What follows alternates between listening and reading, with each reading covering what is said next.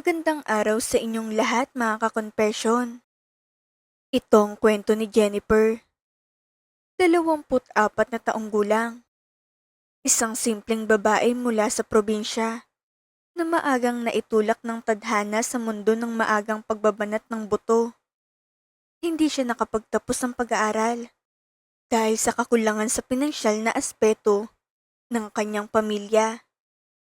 Kaya naman, ang pamamasukan bilang isang kasambahay o tagapag-alagang nakita niyang pinakamabilis na paraan upang makatulong sa kanyang mga magulang at mga kapatid. Taong 2023, nang mapadpad si Jennifer sa tahanan ng pamilya Santos, isang pamilyang may kaya, kung saan ang mga anak ay abala sa kani-kanilang matataas na posisyon at karera bilang mga profesional. Dahil walang permanenteng tao sa bahay upang mag-asikaso sa mga matatandang mag-asawa, naging bukas ang pinto ng tahanan para kay Jennifer. Ang kanyang pangunahing tungkulin, ang alagaan ng dalawang matanda, si Lola Ira, 61 taong gulang, at si Lolo Juan, 65 taong gulang. Si Lola Ira ay isang babaeng nakararanas ng matinding pagsubok sa kalusugan dahil sa malalang komplikasyon ng sakit na diabetes. Kinailangan putulin ang kanyang kaliwang paa upang hindi na kumalat pang impeksyon sa kanyang buong katawan. Dahil sa sitwasyong ito, si Lola Ira ay nakaratay na lamang sa higaan at nangangailangan ng bawat sandali ng pagkalinga. Dito pumasok ang halaga ni Jennifer. Sa loob ng 2 taon, naging tapat at masipag ang dalaga. Siyang naging literal na kamay at paa ng matandang may sakit. Siyang nagpapaligo, nagpapalit ng bihisan, nag-aayos ng higaan, at nagpapakain sa matanda sa loob mismo ng kwarto nito upang hindi na ito mahirapang lumabas. Dahil sa kabutihan at pagiging maasikaso ni Jennifer, ganoon na lamang pasasalamat sa kanila ng pamilya. Maayos ang pasahod at higit sa lahat, naging magaan ang loob sa kanya ni Lola Ira. Isang tanghali, habang iniaayos si Jennifer ang mga una ni Lola Ira, matapos itong pakainin, nagtanong ang matanda ng may pag-aalala. "Iha, ang sir mo ba'y kumain at nakainom ng gamot?" Tanong ni Lola Ira, habang mahinang nakasandal sa kanyang headboard. Ngumiti si Jennifer upang pakalmahin ng matanda. "Unahin ko na raw po kayo at busy po siya sa kanyang mga panabong na manok. Hayaan niyo po, pagkatapos niyo po ipapakainin ko na rin po si sir." Magalang na sagot ng dalaga. Bakas ng lungkot at pasasalamat sa mga mata ng matanda. "Salamat sa iyo, Jennifer. Kung wala ka, di namin alam kung paano kami ng sir mo. Napakalaking tulong mo sa amin." Matapos painumin ng gamot ng matanda, hinayaan muna niya itong magpahinga upang makatulog. Lumabas si Jennifer ng bahay upang tawagin ng kanyang amo na lalaki na si Lolo Juan. Sa malawak na bakuran ng mansyon, doon madalas matagpuan si Juan. Abala ito sa pag-aalaga, paghihimas, at pagpapakain ng kanyang mga mamahaling manok na panabong. Ito ang kanyang naging libangan mula nang magretiro. "Sir, kumain na po kayo para makainom ng gamot." Malakas na tawag ni Jennifer mula sa hamba ng pinto ng kusina. Nang marinig ni Juan ang boses ng dalaga, tila may kakaibang enerhiya na pumasok sa kanyang katawan. Agad nitong ibinabang hawak na manok, nagpagpag ng kamay, at naglakad papasok sa bahay. Habang inihahanda ni Jennifer ang mga plato at ulam sa pagkainan, naramdaman na naman niyang pamilyar, ngunit nakatutunaw na titig ng matanda. Hindi itong unang pagkakataon. Sa tuwing silang dalawa lang magkasama sa kusina, o sa sala. Palaging nakatitig si Juan sa kanyang katawan, partikular sa kanyang hubog at kabataan. Ngunit dahil amo niya ito, at wala naman itong ginagawang pisikal na panghihimasok, binaliwala na lamang ito ni Jennifer. Nasanay na siya na huwag na lang pansinin upang maiwasan ang anumang gulo. Sabayan mo na ako sa pagkain, iha. Anyaya ni Juan habang umuupo sa kabisera ng mesa at pinapanood ang bawat galaw ng dalaga. Maglilinis pa po ako ng banyo, sir. Pagdadahilan ni Jennifer upang makaiwas sa awkward na sitwasyon. Mamaya na iyon. Marami pa namang oras. At saka hindi dapat pinaghihintay ang pagkain, no? Umupo ka na rito. Panggigiit ng matanda na may kasamang awtoridad, ngunit may halong lambing. Walang nagawa ang dalaga, kundi ang sumunod. Habang kumakain, patuloy ang pakikipag-usap ni Juan. Ngunit bawat salita, bawat biro, at bawat tanong ng matanda ay may kakaibang tono. Mga salitang tila may nakatagong kahulugan. May lihim na reputasyon si Juan sa kanilang komunidad. Noong kanyang kabataan, kilala itong babaero at mapaglaro sa damdamin ng iba. Ang kanyang mga nagawang pagtataksil noon ay nagdulot ng labis na sakit ng kalooban kay Lola Ira. Dahilan kung bakit minsan ay malamig din ang pakikitungo ng matandang babae sa kanyang asawa. Dahil sa kaalamang ito, palaging may pader si Jennifer sa pagitan nila ni Juan. Ilang siya, ngunit pilit niyang pinanatili ang profesional. Dumating ang taong 2025, isang taon na nagdala ng mabigat na pagsubok sa pamilya ni Jennifer sa probinsya. Isang hapon, habang naglalabang dalaga, tumunog ang kanyang cellphone. Ang kanyang kapatid na lalaki ang nasa kabilang linya. Umiiyak at mataranta. Anong nangyari kay nanay? Nag-aalalang tanong ni Jennifer habang bumibilis ang tibok ng kanyang dibdib.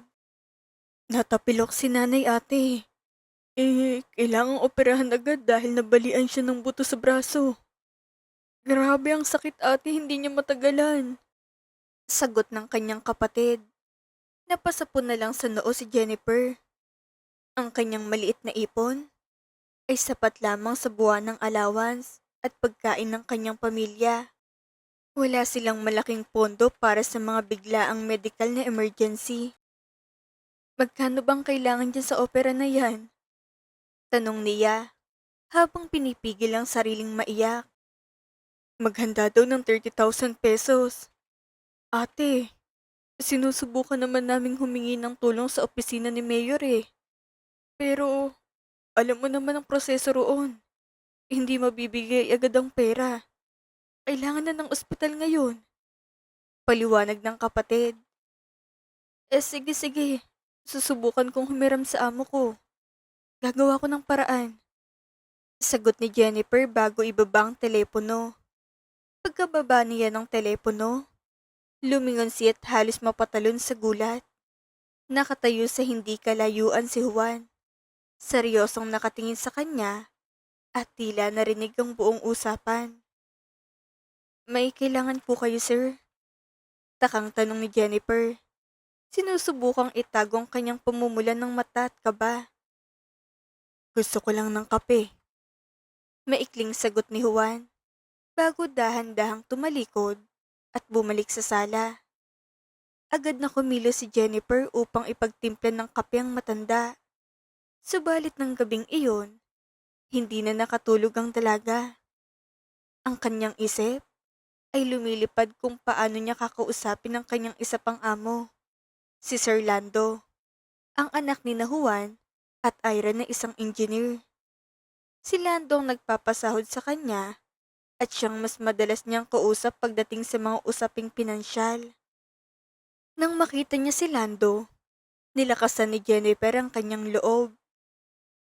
Sir Lando, Pwede po ba kayong makausap? Tanong ni Jennifer habang magkasalikop ang mga kamay dahil sa kaba. Ano yun, Jennifer? Tanong ni Landon nang hindi pinuputol ang tingin sa TV. Babalak pa lamang bumukang bibig ni Jennifer upang ilahad ang kanyang mabigat na suliranin. Ngunit biglang tumunog ang telepono ni Lando.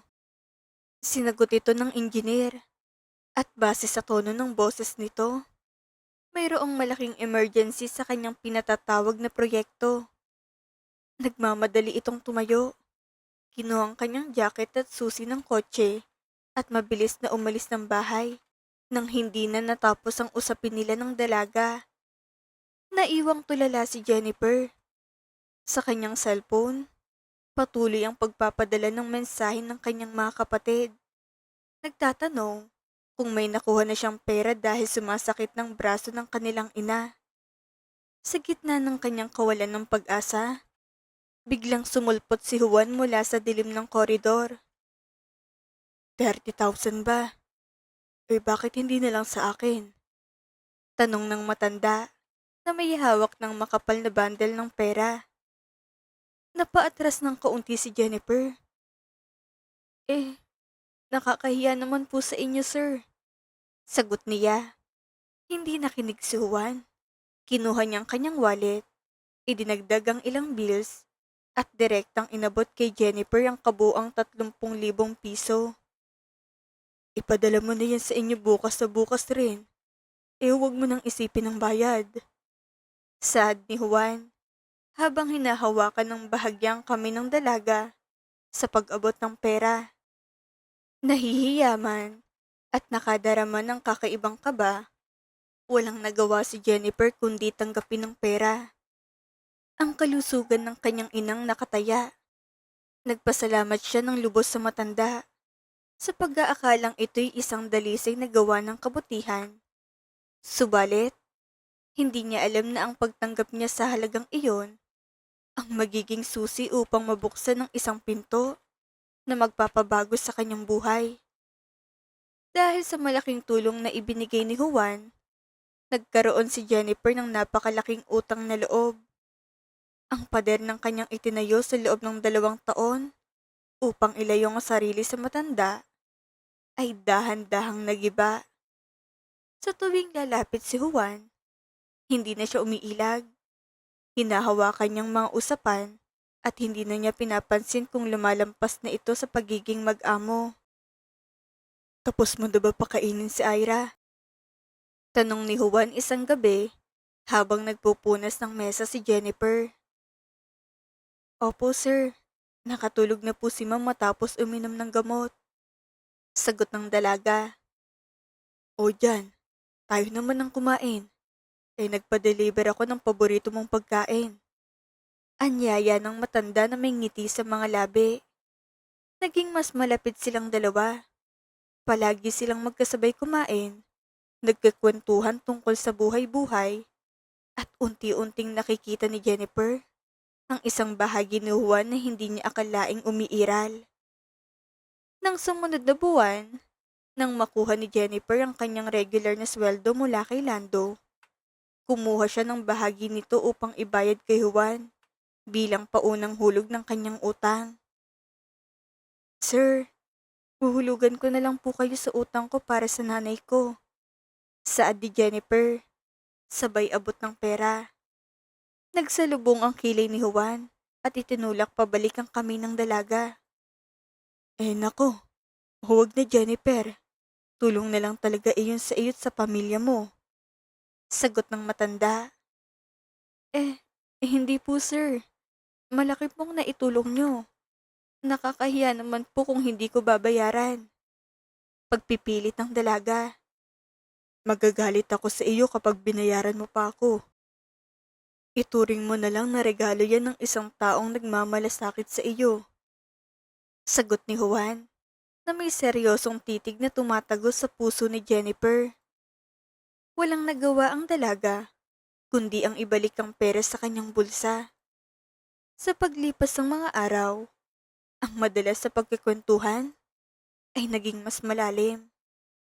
Ang mga mabulaklak na salita ni Juan, ang kanyang mga papuri sa kagandahan at kabaitan ni Jennifer ay unti-unting pumasok sa sistema ng dalaga. Sa kanyang murang edad na 24, naramdaman niyang isang uri ng atensyon na hindi niya naranasan sa iba. Nagsimula ng mahulog ang kanyang loob sa matanda. Ngunit sa kabila ng unti-unting pagkahulog, alam ni Jennifer na mali ang kanyang nararamdaman. Alam niyang may asawang matanda at ang asawang ito ay ang kanyang alagang si Lola Ira na napakabait sa kanya. Labis ang pasasalamat niya sa pamilya Santos. Kaya naman tinangka niyang labanan ng tukso, nagsimula siyang umiwas kay Juan.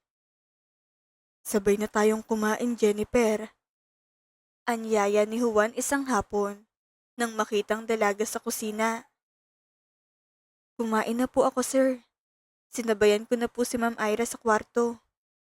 Pagsisinungaling ni Jennifer, sabay talikod.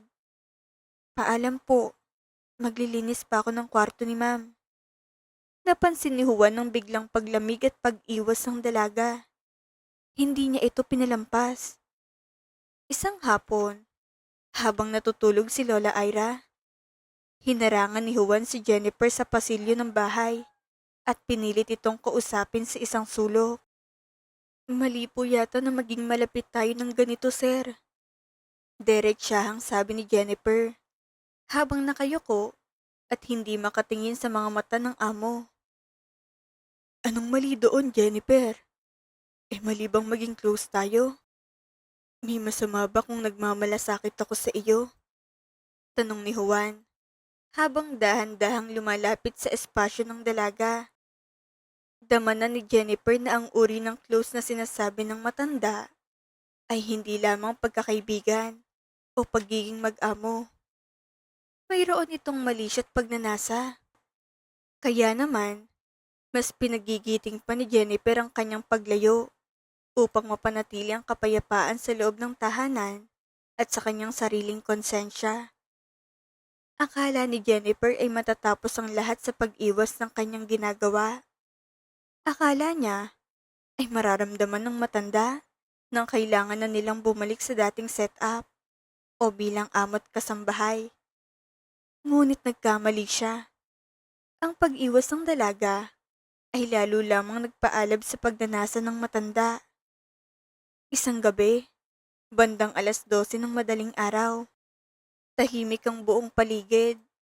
Ang tanging naririnig na tunog ay ang huni ng mga kuliglig sa labas ng mansyon at ang mahinang pag-ikot ng electric fan sa maliit na kwarto ni Jennifer na matatagpuan sa likod na bahagi ng bahay. Habang mahimbing na natutulog ang dalaga, dahan-dahang bumukas ang pinto ng kanyang kwarto. Hindi ito nakalak dahil sa tiwala niya naligtas siya sa loob ng bahay. Isang aninong pumasok, si Juan. Nagulat at napabalikwas ng bangon si Jennifer nang maramdaman niyang may umupo sa gilid ng kanyang higaan.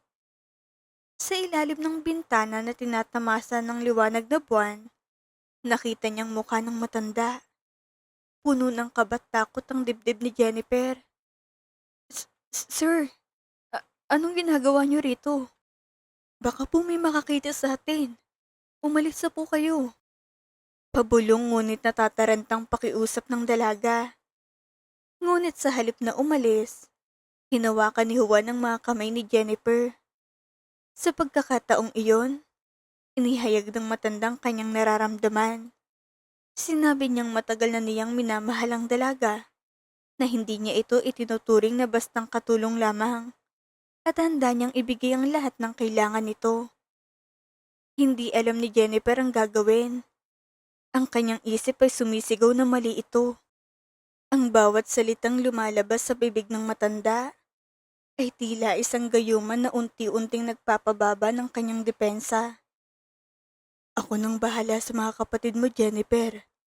Pag-aaralin ko sila. Titiyakin ko na makakatapos sila ng kolehiyo. Basta mahalin mo lang din ako. Mawawala kayo sa hirap. Hindi ko kayo pababayaan. Panunuyo ni Juan habang unti-unting inilalapit ang kanyang mukha sa dalaga. Hindi maitatanggi na si Juan, sa kabila ng kanyang edad, ay may taglay na karisma at kakayahang magsalita ng mga mabubulaklak na pangako. Bumigay si Jennifer.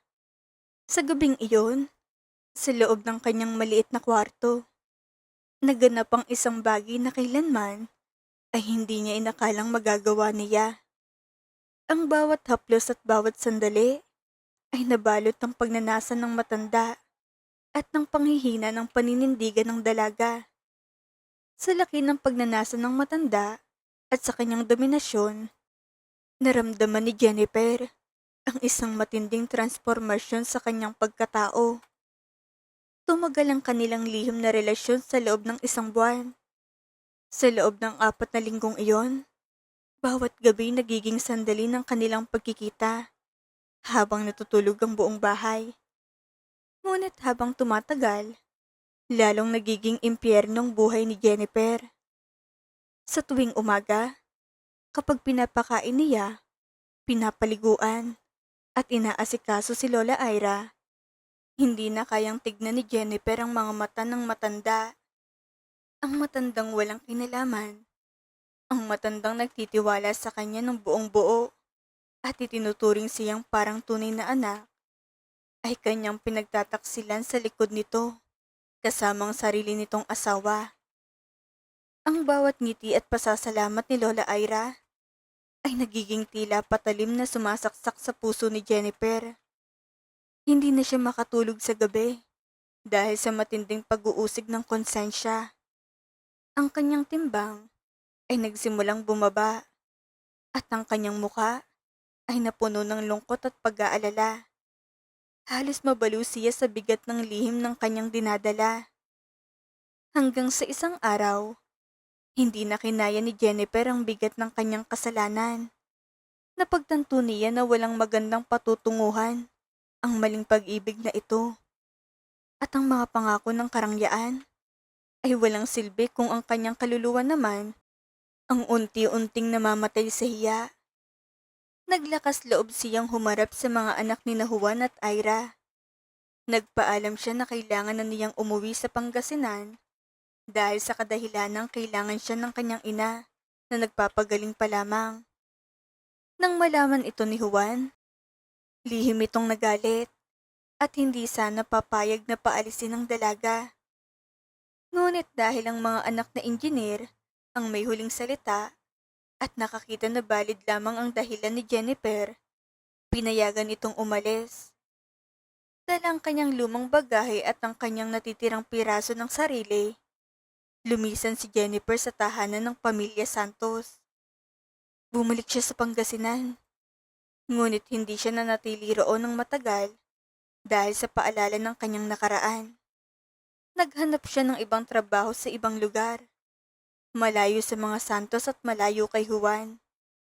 Hindi kailanman maalis sa isip ni Jennifer na pumatol siya sa isang maling pag-ibig at naging kabit ng isang matandang lalaki dahil lamang sa pera't utang na loob. Pinangako niya sa kanyang sarili habang lumuluha sa kanyang panalangin na kailanman ay hindi na niya hahayaang maulit ang ganoong pagkakamali.